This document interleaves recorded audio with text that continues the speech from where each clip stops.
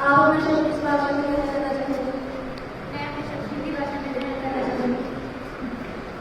मानिए, मैं प्रभासी जो लोकसभा का सदस्य निर्वाचित हुई हूँ, ईश्वर की शपथ लेती हूँ कि मैं विधि द्वारा स्थापित भारत के संविधान के प्रति सच्ची श्रद्धा और निष्ठा रखूंगी। मैं भारत की प्रभुता और अखंडता अक्षुण्ण रखूंगी तथा जिस पद को मैं ग्रहण करने वाली हूँ उसके कर्तव्यों का सदापूर्वक निर्वहन करूंगी।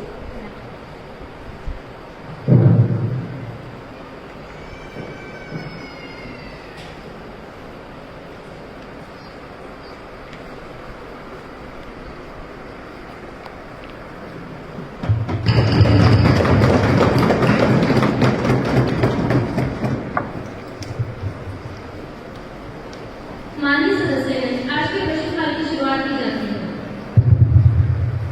मैं सबसे पहले प्रश्न नंबर 1 को कहूंगी, कृपया अपना प्रश्न सदन के आगे रखें। माननीय अध्यक्ष महोदय, मैं आपका धन्यवाद करना चाहता हूँ कि आपने पूरी जगह पहुँचे हैं। तो आज मैं सारी सभा का ध्यान किसानों द्वारा की जा रही आत्महत्या के अभियान देता हूँ। हमारे देश की किसान की हालत बहुत दयनीय हो चुकी है। कृषि की आमदनी कम हो रही है और लागत दिन ब दिन बढ़ रही है और हमारे नेताजी ढिंढोरा पीट में लगे हैं कि देश में अच्छे दिन आएंगे। तो मैं उनसे पूछना चाहता हूँ कि जिस देश की 70% आबादी कृषि पर निर्भर हो और उसी देश का किसान आत्महत्या कर रहा हो, तो क्या ये देश के अच्छे दिन हैं? ये देखिए, बहुत तेजी NCRB national crime record bureau की कोई काम नहीं थी। इसमें साफ साफ बताया गया कि पिछले वर्ष 2020 में कुल 10,670 किसानों ने आत्महत्या की। ये बहुत बड़ा गिराना है। इससे साफ साफ बताया गया कि हमारा केंद्र की शासन किसानों को देखने को भी गंभीर नहीं है। पिछले वर्ष हुआ किसानी आंदोलन इसका बहुत बड़ा सबूत है, जिसमें सब कुल 700 से भी अधिक किसानों ने अपनी जानें गई हैं। जिस देश की जनता को अपने अधिकारों के लिए सड़कों पर आना पड़े, इस देश का सरकार क्या कर रही है महोदय? आजकल एक नई खबर और सुनने में आ रही है कि कह रहे हैं कि किसान लालची है। मैं उनसे पूछना चाहता हूँ, जब 1966 में इन्होंने हाइब्रिड बीज और पेस्टिसाइड का प्रयोग करने के लिए किसानों को उत्साहित किया था, तब इनकी सरकार थी महोदय। आज ये कह रहे हैं किसान लालची है। तब देश में अनाज की कमी थी, किसान ने मेहनत की, अनाज की पूर्ति की, परंतु आज जब किसान को देश की जरूरत है तो ये देश अपने पैर पीछे पसार रहा है। क्या किसान इस देश का हिस्सा नहीं है? क्या किसान के जीने का हक नहीं है? ये इनकी योजनाएं बनाते हैं, इनकी योजनाएं सिर्फ इनके सरकारी पन्नों में सरकारी दफ्तरों में रह जाती है। इनकी योजनाएं किसान तक पहुंच ही नहीं पाती। ये योजनाएं ऐसे बनाते हैं कि मैं आपको कहना चाहता हूँ कि इनकी योजना की शायद अपनी अपनी मातृभाषा में बताया जाता है। ये ऐलान ऐसे करते हैं, ये ऐलान ऐसे करेंगे, रावी जो निकली है 3 लहरा, 2 सुखियां कवागी नहीं, जिहड़ी वागी नहीं कुछ ना उड़ गए 3 बंदे, 2 डुब गए लभ्या नहीं।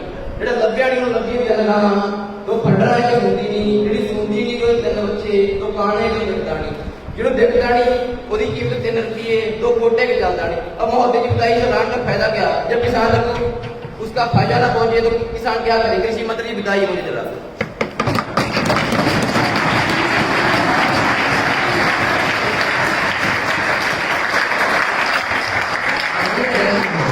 जैसा कि हमने बताया, हमारे देश में किसानों द्वारा आत्महत्या एक होता है, जिसके प्रति हमारी सरकार प्रतिबद्ध बनी है। केंद्र सरकार द्वारा माननीय प्रधान जी के दिशा निर्देशों के तहत अनेक किसान कल्याणकारी योजनाएं चलाई जा रही हैं, जैसे कि प्रधानमंत्री किसान निधि योजना। इस योजना के तहत छोटे किसान जिनके पास 2 हेक्टेयर से कम खेती की जमीन उपलब्ध है, उनको इस योजना के तहत 6,000 रुपये की आर्थिक सहायता 3 बराबर किस्तों में दी जा रही है। इस योजना के से 10 करोड़ किसानों को फायदा हो रहा है।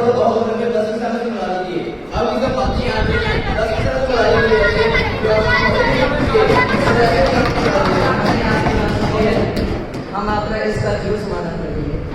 माननीय अध्यक्ष महोदय, मैं हमारी सरकार की दूसरी योजना के बारे में बताना चाहूँगा। इस प्रधानमंत्री फसल बीमा योजना, इस योजना के तहत किसानों की फसल खराब होने पर उनको बीमा प्रदान करवाया जा रहा है। इस योजना में हमने प्रीमियम राशि रखी है, वो बहुत ही कम है। किसान को उठा रहे महोदय, एमपी एमएलए को उठा रहे, इसका फायदा किसान तक तो इसका फायदा नहीं पहुंच रहा है और बड़े बड़े किसान उठा रहे हैं।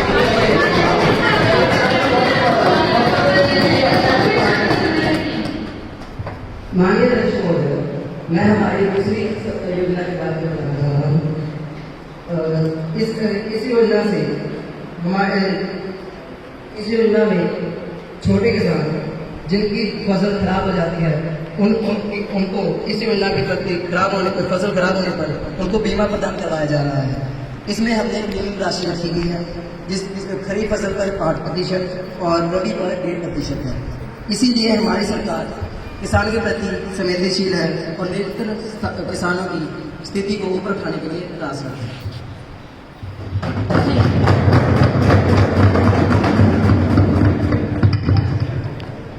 प्रश्न काल को आगे बढ़ाते हुए अब मैं प्रश्न नंबर 2 को कहूंगी, कृपया अपने प्रश्न सदन में रखें।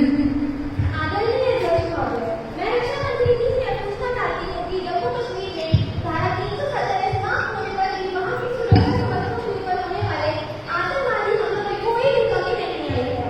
सरकार जम्मू कश्मीर जैसे अति संवेदनशील स्थान को लेकर क्या गंभीर है? माननीय, मैं आपके माध्यम से माननीय रक्षा मंत्री जी से यह पूछना चाहती हूँ कि जम्मू कश्मीर में धारा 370 के पश्चात के क्या हालात हैं? माननीय अध्यक्ष महोदय, मैं सदन को बताना चाहती हूँ कि जम्मू कश्मीर में 370 के समाप्त होने के बाद आतंकवादी गतिविधियों में कमी आई है और अंतर्राष्ट्रीय स्तर पर भी पाकिस्तान द्वारा प्रायोजित आतंकवाद को बेनकाब किया जा रहा है। घाटी में अभी शांति का माहौल है और रोजगार के अवसर बढ़ाए जा रहे हैं। जम्मू कश्मीर में अभी खुशी का माहौल है क्योंकि 370 के हटने के बाद आतंकवादी गतिविधि में काफी हद तक कमी आई है और अब लोगों के मन से भी आतंकवाद का डर धीरे धीरे समाप्त होता जा रहा है और ये हमारे देश के लिए एक अच्छा संकेत है।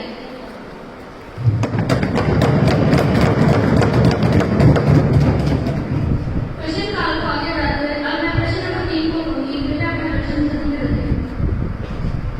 माननीय अध्यक्ष महोदय, जैसा कि यहाँ बैठे सारे सदस्यों को पता ही है कि रिटायरमेंट के पश्चात एक सरकारी कर्मचारी का एकमात्र सहारा होता है कि उसे पेंशन मिलती रहे ताकि वो अपनी जिंदगी की तमाम जरूरतें अपने प्रभुत्व पूरी कर सके। लेकिन हमारे देश में तो सिर्फ लोकसभा, राज्यसभा एवं विधानसभा के सदस्यों को भी ये सुविधा मिली ही है एक सरकारी कर्मचारी के लिए। क्यों? जैसा कि सरकार के अनुसार 2004 के बाद जिन भी सरकारी कर्मचारी ने ज्वाइन किया है उनकी पेंशन की रद्द कर दी गई है। हमारे देश में बिल्कुल एक एमएलए या राजनीतिक सदस्य बन जाए तो उसे मृत्यु या पेंशन के पश्चात रिटायरमेंट के पश्चात पेंशन दिलाती है। लेकिन जब एक सरकारी कर्मचारी की जिंदगी के 58 साल सरकार के लिए निष्ठापूर्वक काम करता है उसे हमने कहा उसकी पेंशन की रद्द कर दी है। क्या हमारे देश में सरकारी कर्मचारी का कोई मुद्दा नहीं है? इसलिए माननीय महोदय, मैं आपके माध्यम से माननीय मुख्यमंत्री जी से जानना चाहती हूँ कि वो इसको क्या कदम उठा रहे हैं और हम उनसे विनती करेंगे कि पेंशन की ये व्यवस्था करें ताकि देश में बड़े बड़े असंतोष को खत्म किया जाए और सरकारी कर्मचारी काफी गलत से काम कर सकेंगे। धन्यवाद। माननीय अध्यक्ष, मैं हमारे संसदीय सदस्य एवं सबको यह बताना चाहती हूँ कि भारत की अर्थव्यवस्था बहुत बड़ी है, इसके लिए अलग अलग सेक्टर में काफी धन प्रयोग हो रहा है और हाल ही में कोरोना काल की वजह से मेडिकल सेक्टर में स्टॉक से ज्यादा धन प्रयोग हो चुका। और अगर हम बात करें रिटायरमेंट के बाद पेंशन स्कीम की तो हम एक पूरे सेक्टर में प्रयोग होने वाला धन आम लोगों में नहीं बांट सकते और हमने एनपीएस नेशनल पेंशन स्कीम लागू कर दी है जिसके तहत सरकारी कर्मचारी की आय से 10% हम स्टॉक मार्केट में एक सरकारी अफसर बिना पुलिस के सरकार के लिए काम कर रहे हैं। अरे सरकारी कर्मचारी नहीं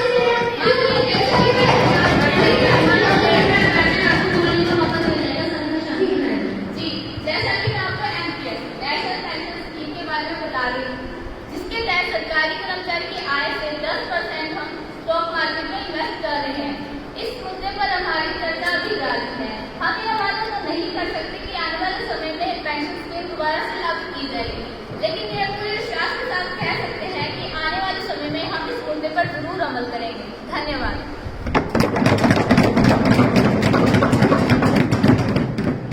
प्रश्न काल को आगे बढ़ाते हुए अब मैं प्रश्न नंबर 4 को कहूंगी, कृपया अपना प्रश्न सदन में रखें। माननीय महोदय, मैं ऐसे पूछना चाहता हूँ कि कश्मीर में आतंकवादी गतिविधियां जारी हैं जिसकी वजह से हिंदू प्रवासी लोग बहुत परेशान हैं। वहाँ हाल रोज भारतीय सेना के विरुद्ध जुलूस निकालने जैसी गतिविधियां सामने आ रही हैं। तो मैं इनसे पूछना चाहता हूँ कि इन्होंने आतंकवाद को खत्म करने के लिए क्या योजना बनाई है?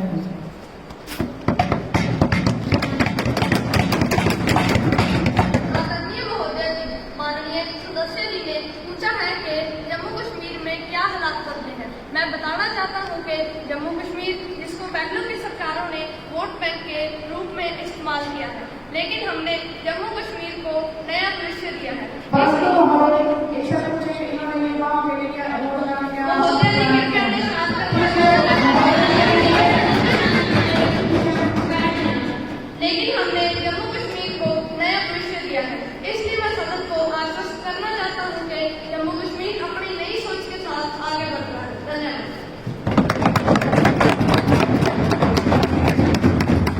प्रश्नकाल को आगे बढ़ाते हुए अब मैं प्रश्न नंबर 4 से कहूंगी, कृपया अपना प्रश्न सदन में रखें।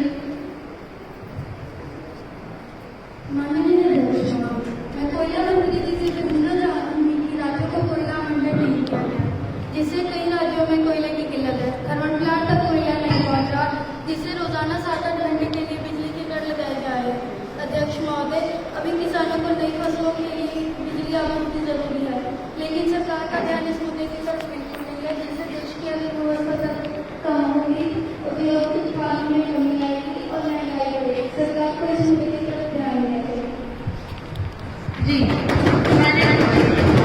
माननीय अध्यक्ष, मैं आपको ये बताना चाहता हूँ कि हम रेलवे विभाग के अधिकारियों के संपर्क में हैं और हमने उन्हें कोयला पहुँचाने का थर्मल तक जल्द से जल्द आदेश दिया है। हम अपना काम समय पर कर रहे हैं। इस काम में कभी कभी रुकावटें आ जाती हैं, लेकिन हमारे अधिकारी निरंतर अपना प्रयास कर रहे हैं। आप इस मामले से संतुष्ट हो जाइए, हम जल्द ही इसका समाधान निकालेंगे। मैं आपको ये भी बताना चाहता हूँ कि हम मालगाड़ियों का रास्ता खाली करवा रहे हैं और उनके फेरे बढ़ा रहे हैं ताकि वह ज्यादा से ज्यादा कोयला थर्मल तक पहुँचाए। आपको हमारे उठाए गए कदमों का रिजल्ट जल्दी देखने को मिलेगा। धन्यवाद।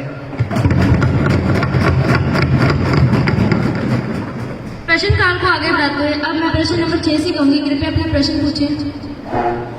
माननीय अध्यक्ष, मैं सरकार से यह पूछना चाहता हूँ कि जैसे कोरोना काल में बच्चों की पढ़ाई का काफी नुकसान हुआ, वह ऑनलाइन पढ़ाई करते हैं, जिसके कारण वह स्कूली शिक्षा से वंचित रह रहे हैं।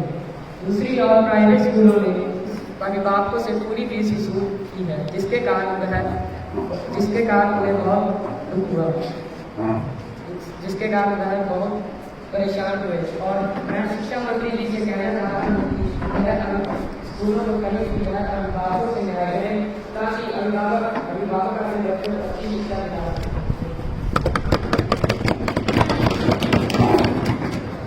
माननीय अध्यक्ष महोदय, इस मुद्दे को लेकर हमारी सरकार अत्यंत गंभीर है। सभी राज्यों के शिक्षा मंत्री एवं सचिवों को लिख दिया गया है कि वे वहां के प्राइवेट स्कूलों के संचालकों द्वारा की जा रही मनमानी को रोकें एवं जरूरी गाइडलाइंस का पालन करवाएं। REE यानी राइट टू एजुकेशन, जो कि 1 अप्रैल 2010 को लागू हुआ था, जिसके तहत सभी प्राइवेट स्कूलों में 25% फीस बच्चों को दाखिला देना अनिवार्य है। इसको पक्का करने के लिए भी हमारी सरकार हर साल सर्वेक्षण करेगी। NEP 2020 यानी नेशनल एजुकेशन पॉलिसी के लागू होने के बाद हर विद्यार्थी अपने मनपसंद विषयों का चयन कर सकेगा। इससे शिक्षा क्षेत्र में काफी सुधार होगा। जय Hind.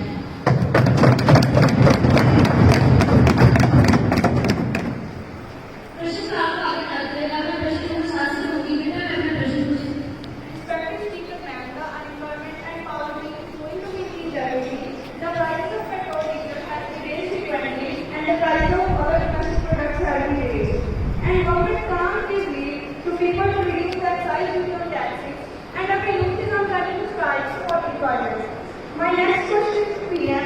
What is the roadmap of government to provide aid to people of India?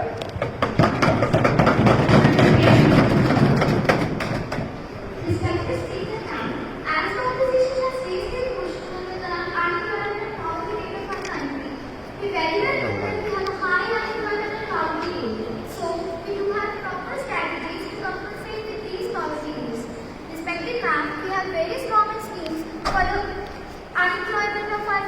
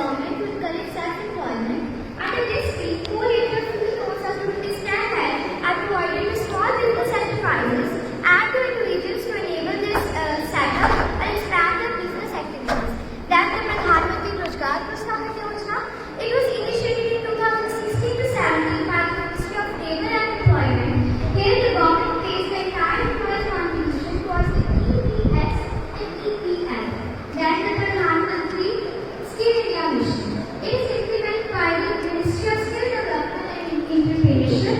Under this scheme, a short duration skill development training program is being imparted to all prospective candidates, including candidates belonging to the BPL in the country. Then the Mahatma Gandhi National Rural Employment Guarantee Act. Now it's the best scheme initiated by our government.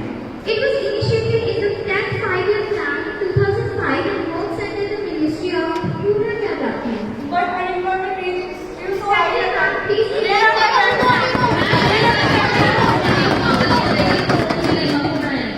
Thank you, ma'am. Respected ma'am, proceeding with the motion, I would just like to tell the House that India is a very vast country and it's not possible to impose these schemes to each and every part of the country in a short duration of time.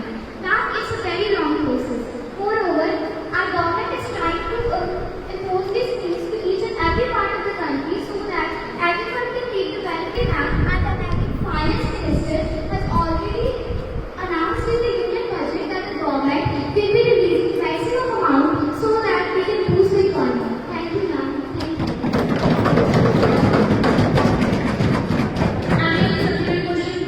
Please, ma'am.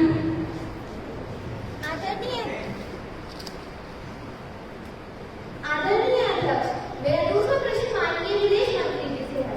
जैसा कि हम सब जानते ही हैं कि रूस Ukraine युद्ध चल रहा है, लेकिन भारत ने अपने अपनी विदेश नीति को स्पष्ट नहीं किया है। क्या भारत को अपना रुख स्पष्ट नहीं करना चाहिए? कृपया देश को अवगत करवाया जाए। माननीय अध्यक्ष महोदय, मैं ये बताना चाहता हूँ कि रूस और यूक्रेन का युद्ध एक विश्ववाणी समस्या है और भारत हमेशा से ही वेट एंड वॉच की नीति अपना रहा है और दोनों देशों के साथ निरंतर संपर्क में है और युद्ध को समाप्त करने के लिए प्रयास कर रहे हैं। लेकिन जो बच्चे अपने आप ही केस की पढ़ाई माननीय नेता मैडम जी को कहिए मैं शांत नहीं सकती। आपको बोलने का मौका नहीं मिलेगा मैडम जी। जैसे कि हमें पता ही है कि यूक्रेन में चल रहे युद्ध के कारण MBBS की पढ़ाई छोड़कर आने वाले स्टूडेंट्स का बहुत नुकसान हो रहा है। ऐसे स्टूडेंट्स के लिए राज्यों से भी सलाह ली जा रही है और इतना ही नहीं, जल्द ही रोड मैप भी तैयार किया जाएगा। धन्यवाद।